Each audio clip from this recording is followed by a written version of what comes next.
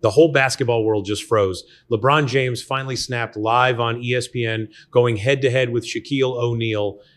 But that televised brawl was only the beginning. Chaos erupted behind the scenes, exposing years of hidden anger and deep-seated rivalry. Stay right here. We have the leaked audio they tried to bury. Imagine a live show during the 2025-2026 season. Cameras are live, millions of fans are tuned in, and King James, the man who spent decades protecting his brand, explodes in a way nobody saw coming. Now, inside the NBA is the legendary postgame show, now airing on ESPN after its iconic run from 1989 to 2025. Starting this year, the legendary show, along with NBA tip-off airs on both ABC and ESPN.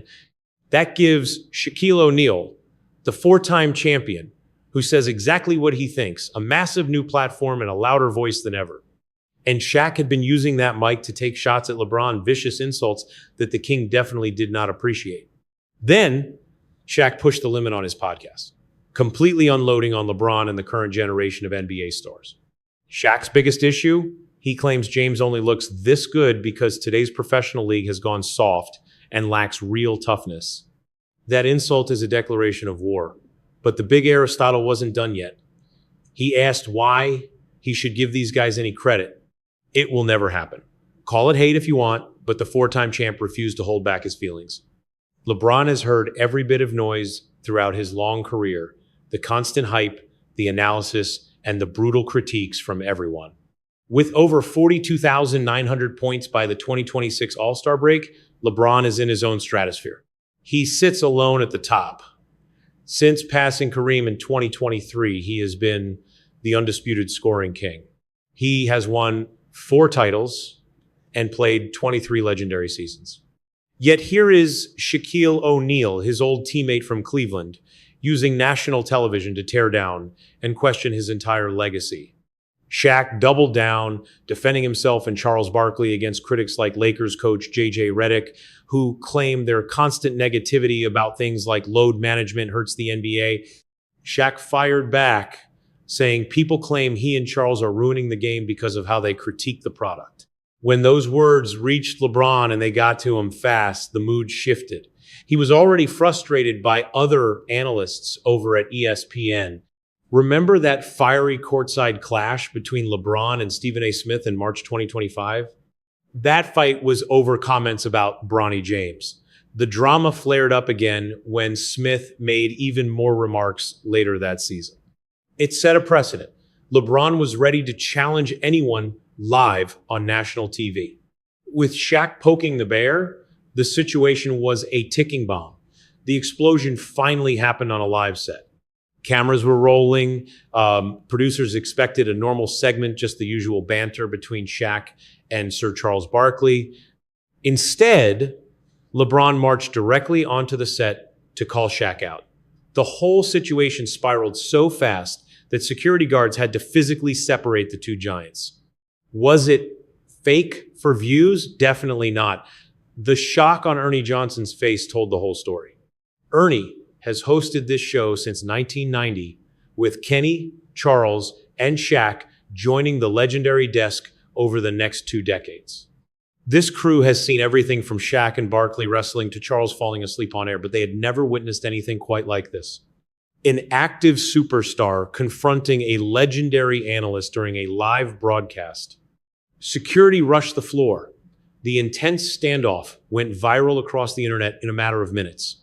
To understand how we got here, you have to look back. This was not just a sudden burst of anger. This fuse was lit months, maybe years before it finally blew up in front of the entire country. The history between LeBron and Shaq is complex, stretching all the way back to the early 2000s. They played 19 games against each other, and for the record, Shaq holds a 12-7 winning record. When LeBron arrived in 2003 as a hyped rookie, Shaq was already a 3-time champion and the most dominant force the league had ever seen. For years, their relationship was built on genuine mutual respect. Shaq praised the young king, and LeBron admired Shaq's power. In 2009, they actually teamed up together for a full season in Cleveland. It was billed as the duo that would get LeBron his first championship title. It failed. Cleveland lost in the second round, but the two players remained on decent terms for a long time. But now, in 2025, the entire vibe has shifted. The relationship between current stars and retired legends has become toxic, and LeBron is stuck right in the middle. The Lakers star has faced constant heat lately, especially after his feud with Stephen A. Smith, and claims that sports media is broken. LeBron's point was clear. The media was getting personal, attacking players for things beyond the basketball court. He believed critics were treating athletes, especially his son, as nothing more than cheap engagement bait. King James clarified his stance, saying he never wanted to silence critics because analyzing the game is literally their job.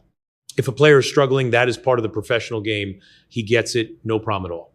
But when the talk gets personal, he feels forced to defend his family and his fellow basketball brothers. This mindset set him on a collision course with retired stars turned pundits who love to question the toughness of today's younger hoopers. And Shaquille O'Neal was sitting right at the very top. Shaq is everywhere lately, from inside the NBA to exclusive interviews and endless podcast appearances. With his massive platform, he keeps arguing that the modern era just doesn't measure up. The tension started simmering in secret. LeBron began dropping hints in interviews and on social media, suggesting these former legends were just acting bitter and old. He didn't say the names out loud, but everyone knew exactly who he meant. Shaq was one of them, eventually confronting LeBron after a verbal jab aimed at him and Charles Barkley. Shaq and Charles definitely noticed, and they were far from happy. Even Kendrick Perkins weighed in, mentioning his history with LeBron. Perkins argued that not every word out of LeBron's mouth should be treated like the absolute gospel truth. Even his former teammates were starting to turn against him. Perkins claimed modern players have become so sensitive that it's getting ridiculous. You could feel the heat rising across the league. Retired players now in the media felt targeted by LeBron's critiques of their coverage. Meanwhile, the active roster stood behind their leader, tired of the relentless bashing from the old school legends. Shaq was trapped right in the middle, destined to become the face of this massive feud. What made this rivalry so explosive was that it was deeply personal. These weren't just strangers trolling each other online. These men were once teammates. They shared locker rooms, met each other's kids, and broke bread together. Now, one is dragging the other's legacy on TV, while the other labels him a bitter hater. The basketball world watched as a deep bond built on years of respect dissolved in front of everyone. Neither side was willing to back down, but before the Shaq beef, LeBron had already shown he'd crossed the media line. It all kicked off in March 2025 during a matchup with the New York Knicks. That's when LeBron decided to walk right up to Stephen A. Smith on the court. It started when Smith claimed Bronny James belonged in the G League during his rookie season. He said it on First Take. LeBron had reached his limit. When they met courtside, he made his feelings very clear. The cameras caught everything.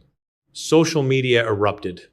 Stephen A. later admitted it was an intense one-on-one talk, but he woke up to messages from his agent saying it went viral. The whole situation became unavoidable. That's why he felt forced to address it publicly. And Smith initially tried to stay neutral, respecting LeBron's role as a father while also standing by his right to be a critic. He claimed he wasn't facing an athlete in that moment, but a frustrated parent. But over a year later, on Logan Paul's podcast, the gloves came off and Smith stopped being polite. He called the move disrespectful and unfair, claiming he never actually said what LeBron accused him of doing. Smith was genuinely bothered that LeBron assumed he was targeting his son just to get a reaction. It was a serious misunderstanding for everyone.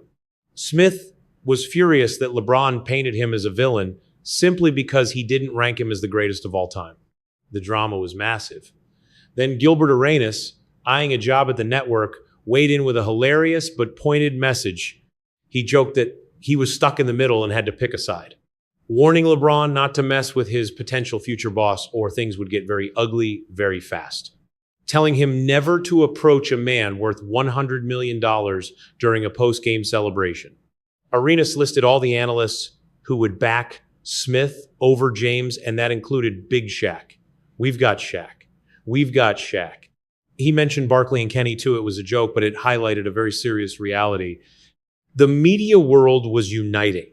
By confronting Smith, LeBron gave the entire analyst community a reason to group up. LeBron eventually went on the Pat McAfee show to blast Smith for how he handled the entire ordeal. James mocked Smith's media appearances, comparing them to a Taylor Swift tour and accusing him of chasing views. LeBron made it clear he is cool with sports talk, but personal shots are off limits. He feels a deep duty to shield his family and his teammates from the noise, but that whole situation, it was just a warm-up. LeBron had crossed a boundary most athletes avoid. He confronted a media giant on live television, sparking a firestorm that dominated the basketball news cycle for weeks.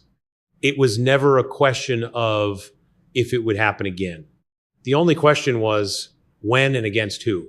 Turns out the target was the biggest personality in the sport, a 7'1", 325-pound Hall of Famer named Shaquille O'Neal. And this showdown was going to be way more explosive than anything we saw with Stephen A. Smith.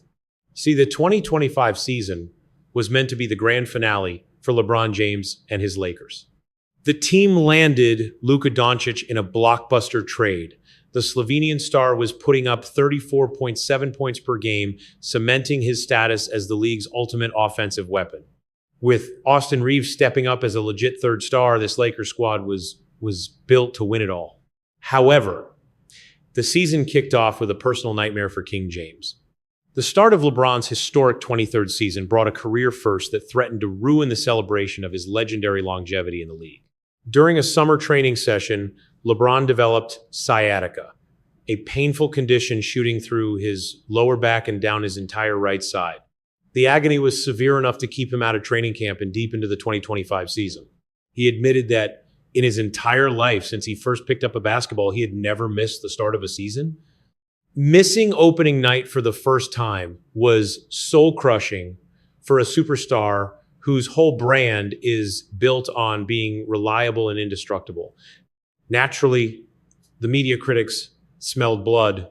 When the world finally saw LeBron return after missing 14 games with that back injury, he looked slow and rusty. People everywhere began whispering that this was finally the end of the road for his historic career. As the criticism mounted, his former teammate turned analyst Shaq knew exactly what it looked like when a legend's powers start to fade. Shaq's take on the situation was biting. He said he didn't want to be the one to call LeBron a mere complimentary player. But he argued that LeBron likely knows his time is up. And since he has always been a team player, he's just fitting in now. It sounded reasonable. But to LeBron James, it felt like a total sign of disrespect for a man who spent 23 years as the cornerstone and the entire system being called a complimentary player on live TV by a friend was a betrayal. For 2 decades, James was the star that the entire league orbited. But this seemed to be the harsh new reality for the Lakers legend. This season was the first time in his legendary career where he could actually step back and just be a teammate. Then the GOAT debate ignited. Shaq told CBS Sports that he thinks the greatest of all-time debate should stay strictly in categories. The best center, the best guard. You just can't compare a big man to a perimeter player. It is a different game. While it sounded like a safe answer, many read between the lines and saw Shaq's refusal to crown LeBron as a deliberate shot at his legacy. LeBron definitely noticed. Word is Shaq even called him out for disrespecting legends like Michael Jordan and Magic Johnson by calling their era soft. The tension was spiraling out of control, with both icons trading shots through their massive media platforms. Shaq used his podcast and ESPN, while LeBron fired back through interviews and the court of public opinion. Once the playoffs hit, the pressure was at an all-time high for both sides. The Rockets were down Kevin Durant, but the Lakers were missing their 2 best scorers, Luka Doncic and Austin Reeves. Both stars went down with season-ending injuries during a brutal April 2nd loss to the reigning champion Oklahoma City Thunder. Doncic had a severe hamstring strain, while Reeves was sidelined with a grade 2 oblique injury. Suddenly, LeBron was forced back into the lead role, the same role Shaq claimed he wasn't capable of playing anymore. Before tip-off, Shaq sent a stern warning to Los Angeles, calling it a total must-win game since the Rockets were missing their top star too.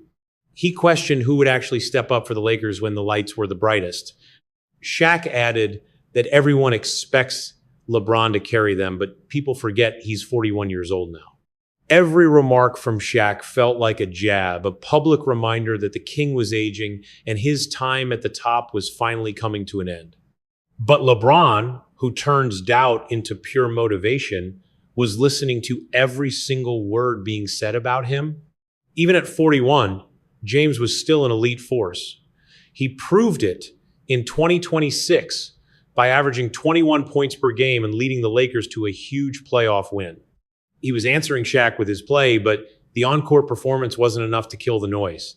Finally, LeBron fired back in person on Shaq's home turf. The fallout from that heated showdown was nothing short of absolute madness. Within minutes, clips flooded every social media feed. Every major network turned the blowout into their leading headline. Heated debates broke out on talk shows and in every corner of the basketball internet. Chris Broussard ranked LeBron James 6th in Lakers history, placing the 41-year-old below Magic, Kobe, Kareem, Shaq, and Jerry West. Even next to Laker icons, analysts ranked LeBron behind Shaq. It only fueled the idea that the media was out to get him.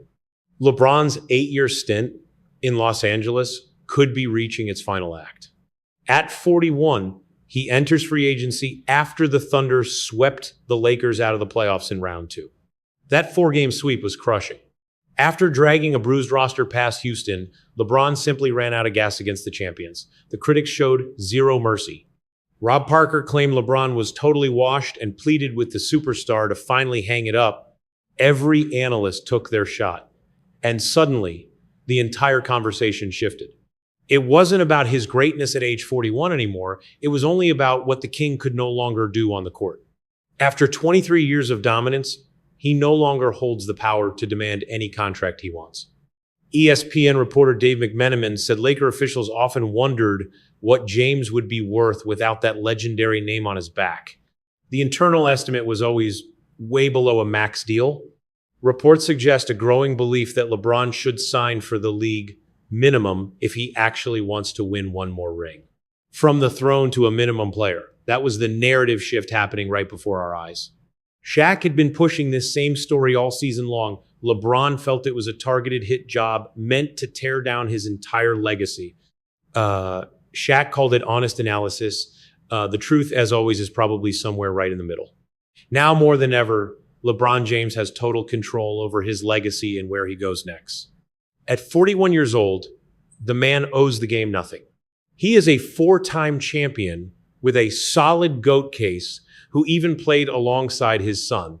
He remains a top-tier threat for now.